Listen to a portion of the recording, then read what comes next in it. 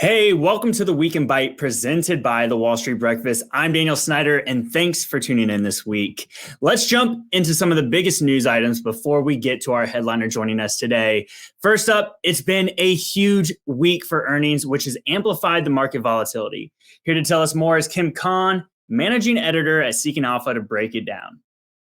Hey, Dan. Yeah, as you said, it's been a huge week for earnings, a lot of big name companies, a lot of big moves. And I think we've just got to in on that plunge from Meta after its quarter disappointed on a number of fronts.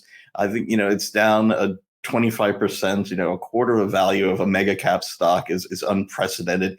It's shedding about maybe 240 billion dollars in one day of market cap. That's the same as it shedding a company the size of Netflix, and it's having a contagion effect around different other social media companies, kind of having a risk-off move overall in tech.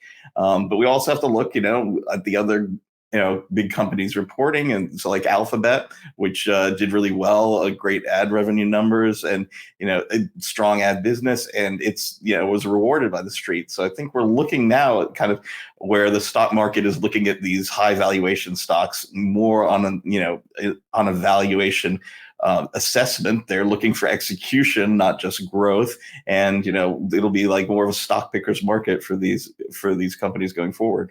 Yeah, no, that's a great point. I mean, the Facebook contagion thing is Meta contagion is definitely being felt in the market lately. It'll be interesting to see, though, what happens in the coming weeks, because they only announced that, revenue's pulling back a little bit. Obviously, there's the Apple privacy thing going on, and who knows what's going to happen with that. But they already warned to the industry that they're going to be investing heavily into this metaverse thing. And I think it just kind of, correct me if I'm wrong, but it's just how long will this take to see a good return on the investment, right? Yeah, exactly. I think you've got to give it a few trading days to see what the market's full reaction really is. I mean, these moves get exacerbated by algorithmic trading. People pile in, or in this case, pile out of the stock. And, Wall Street had, mostly buy ratings on this stock going into the earnings. If you loved it at that, that price, you love it even more, 25% off probably. And, there's also opportunities for activist investors to come in, take a position at much lower prices, much lower entry point, like Bill Ackman did with Netflix.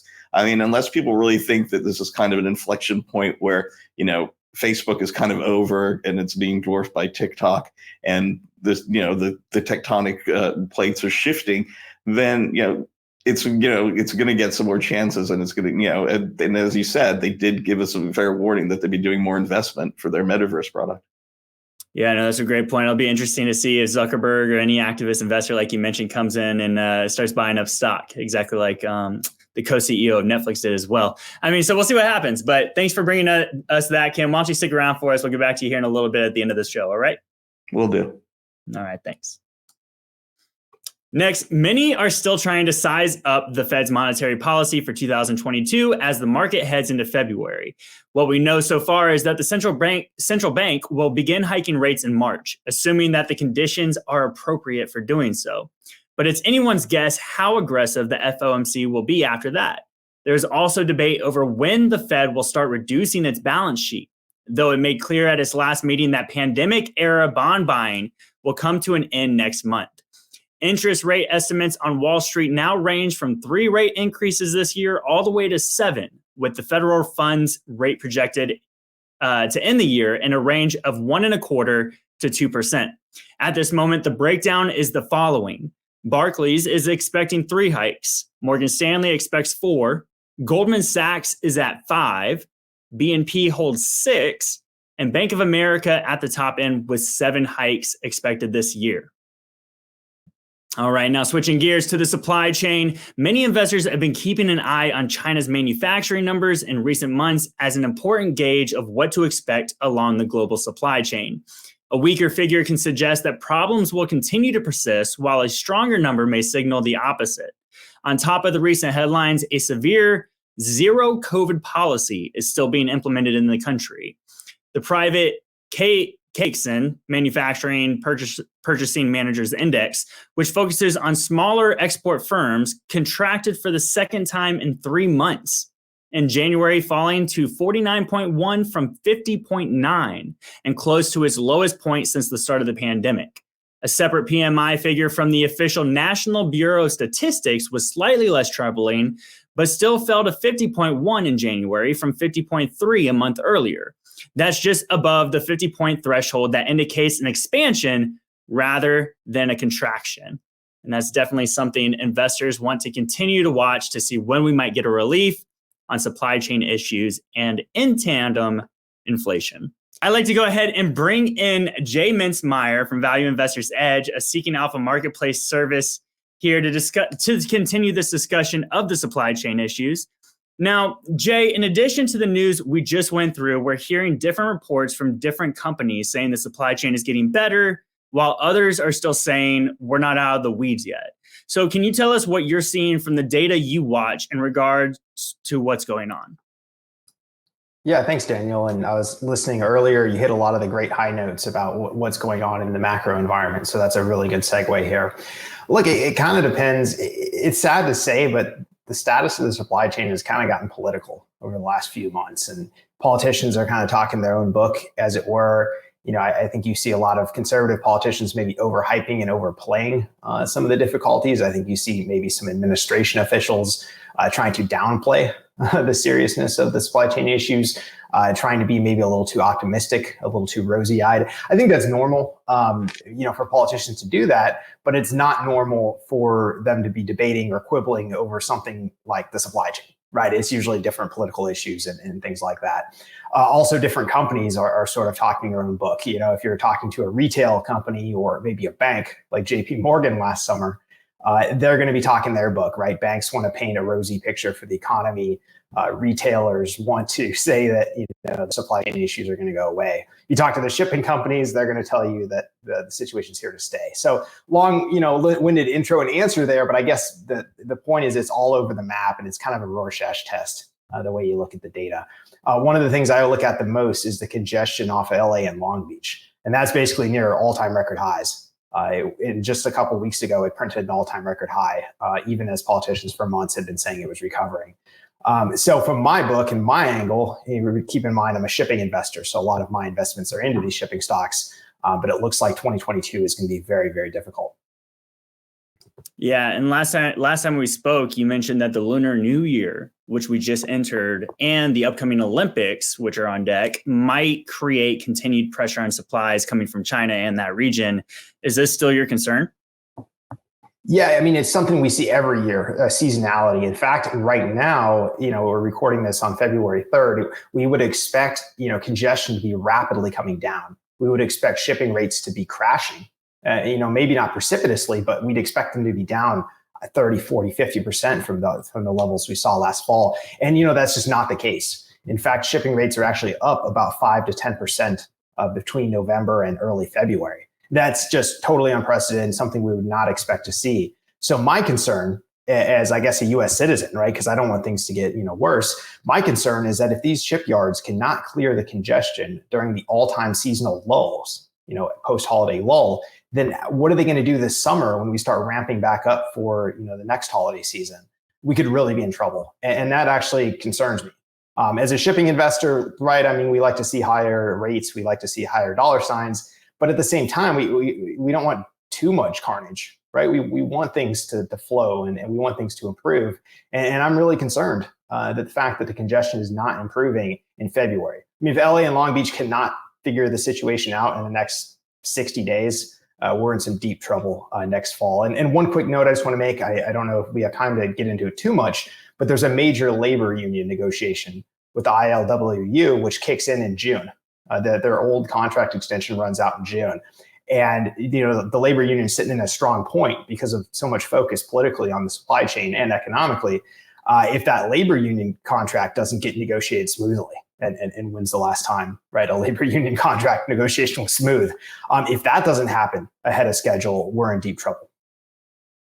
Yeah. So I think a question that some people in our audience might have is, why is there such a big focus in regards to only Long Beach and that little area of California, even though there's probably more ports up the West Coast? Yeah, no, it's a good question. The main reason for that is LA and Long Beach is by far the largest port in the United States. In fact, it's the only United States port that cracks the global top 20. And it might surprise you, but the United States doesn't have a lot of the largest ports. Most of them are in Asia, Europe, and those locations. So LA and Long Beach is actually two different ports, but they're close enough that they get combined all the time. When you combine them, they dwarf basically anything else that's happening in the United States. So that's why there's a lot of focus. The other reason there's a lot of focus is they're in the biggest mess. They've had a terrible problem with congestion for almost a year straight. And there's a lot of reasons behind that. They didn't modernize as much as some of the other ports did.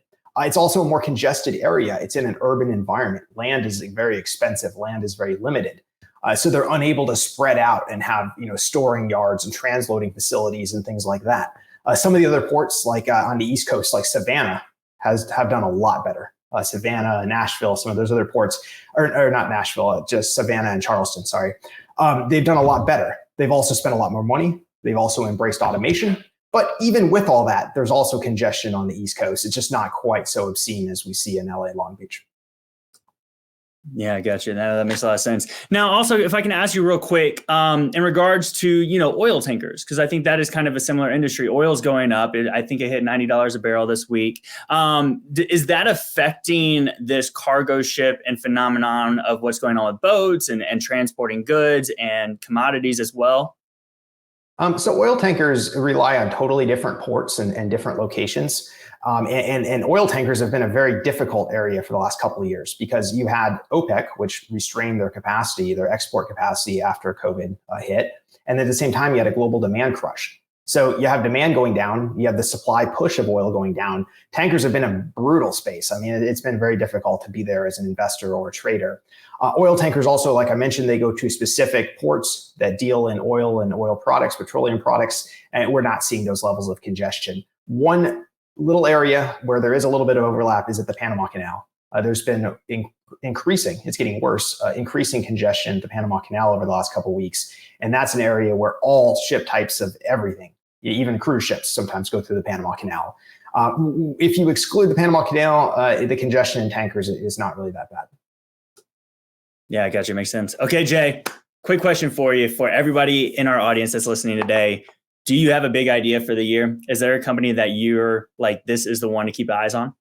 Well, you teed me up nicely there, Daniel. Look, last year, one of the companies I always talked about, it IPO'd a year ago, was Zim Integrated Shipping. I still have a long position in Zim, but it's around $70 today. It IPO'd at 15. I've been long it basically the entire time. I've been divesting a little bit of that. I'm still long, but I just want to frame that as a background. So that was kind of last year's play. It's still a decent one. I still kind of like it. But one company I want to bring to folks' attention is Atlas Corp, ATCO. And I have a long position there. I'm trading it as well. That one is a long-term container ship contractor. So they own the container ship assets and they lease them to the shipping players. So they're kind of like offshoring the risk onto these other container ship liners. They're more of an asset play. They're more of the kind of person who's in the background making a ton of money off the situation, but they're not getting all the fanfare. They're not getting all the attention. This stock has been flat for 11 months straight, even though their business value, in my opinion, their business value has more than tripled. So I think it's just going to be a matter of time. Maybe it's a couple of weeks, maybe it's a couple of months until the market wakes up and realizes that, oh, wow, this business value has tripled. The stock's around a little bit more than $15 right now. I think we could easily be over 20 by the summer. So that's probably my favorite trade right now. All right. We'll keep an eye on that and we'll have you on sometime around the summer. We'll have to have you back on the show to see where that's at. And absolutely. Hold my feet to the fire. And Exactly. Hey, Jay, I appreciate all your time and your insights that you've given to our audience today. You have a great weekend. All right. Thanks, Daniel. All right. Now, I'd like to go ahead and introduce a new segment here that piggybacks off of Seeking Alpha's Catalyst Watch newsletter that comes out at the end of every week that highlights the big events that investors should watch for in the week ahead. So let's go ahead and bring Kim back in so that he can tell us more. Well, our editor, Clark Schultz, who compiles this great compendium of market-moving events coming up next week, sent me some a few of the highlights, and the top being the latest CPI numbers that are coming out.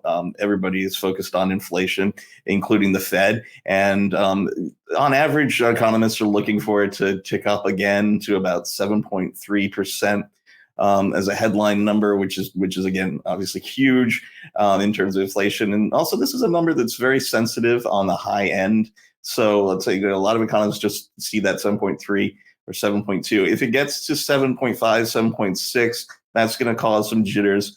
About a 50 basis point hike in March from the Fed.